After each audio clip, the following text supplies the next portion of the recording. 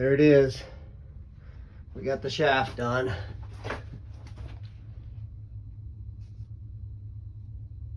She goes way the hell up there. Of course, we craned it in, but we had to build that transition that you can see in 3 pieces because it wouldn't fit up there. So they had to be 3 14-inch pieces to equal a 42 tranny. And then, of course, put all this together. She's all wrapped up now. Looks mint.